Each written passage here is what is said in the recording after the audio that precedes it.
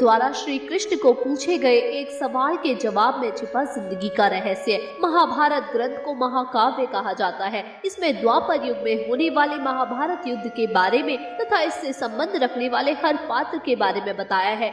यूँ तो इसका हर पात्र अपने आप में अहम है। कुछ पात्र ऐसे हैं जिन्हें आज भी याद किया जाता है।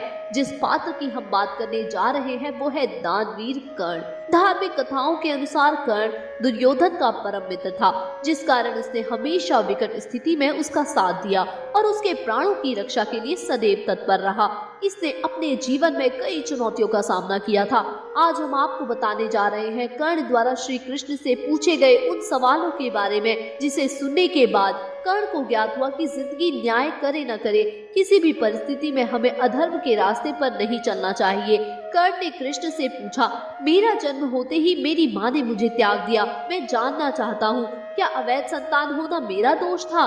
द्रोणाचार्य ने मुझे शिक्षा देने से मना कर दिया क्योंकि मैं क्षत्रिय पुत्र नहीं था। परशुराम जी ने मुझे सिखाया तो, परंतु केवल संयोगवश एक गाय को मेरा बाण लगा और उसके स्वामी ने मुझे श्राप दिया कि जिस वक्त मुझे उस विद्या की सर्वाधिक आवश्यकता होगी मुझे उसको विस्मरण होगा, क्योंकि उनके अनुसार भी मैं क्षत्रिय नहीं था।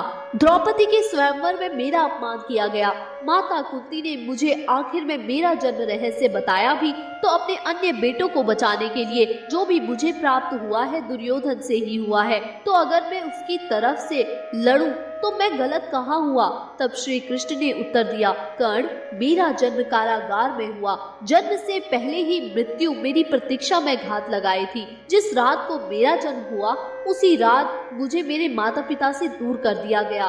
तुम्हारा बचपन खड़ग, रथ, घोड़े, धनुष और बाण के बीच उनकी ध्वनि सुनते बीता। मुझे ग्वालों की गौशाला मिली, गोबर मिला और खड़ा होकर चल भी पाया। उसके पहले ही कई प्राण घातक हमले झेलने पड़े। कोई सेना नहीं, कोई शिक्षा नहीं। लोगों से ताने ही मिले कि उनकी समस्या का कारण मैं हूँ। मुझे उस उम्र में कोई शिक्षा भी नहीं मिली थी। जब मैं 16 वर्ष का हुआ तब कहीं जाकर ऋषि सांदीपन के गुरुकुल पहुंचा। तुमने अपनी पसंद की कन्या से विवाह किया, परंतु मैंने जिस कन्या से प्रेम किया वो मुझे नहीं मिली और विवाह उनसे करने पड़े जिन्हें मेरी चाहत थी या जिनको मैंने राक्षसों से बचाया। मेरे पूरे समाज को यमुना के किनारे से हटाकर एक दूर समुद्र के किनारे बसाना पड़ा, उन्हें जरासंध से बचाने के लिए। रण से पलायन के कारण मुझे भीरू भी कहा गया। अगर दुर्योधन युद्ध जीतता है तो तुम्हें बहुत श्रेय मिलेगा, धर्मराज अगर जीतता है तो मुझे क्या मिलेगा? मुझे केवल युद्ध और युद्ध से निर्माण हुई समस्याओं के लिए दोष दिया जाएगा।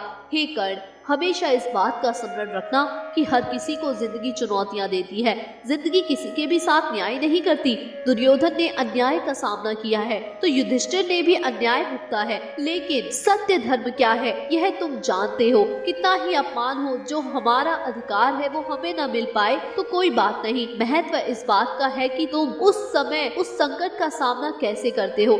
इसलिए रोना धोना बंद करो कर्ण, और ये जान लो कि जिंदगी न्याय नहीं करती। इसका मतलब यह नहीं होता कि तुम्हें अधर्म के पथ पर चलने की अनुमति है। आशा करती हूँ कि आपको हमारा ये वीडियो पसंद आया होगा। अगर पसंद आया तो लाइक, शेयर और सब्सक्राइब करना मत भूलिएगा। धन्यवाद।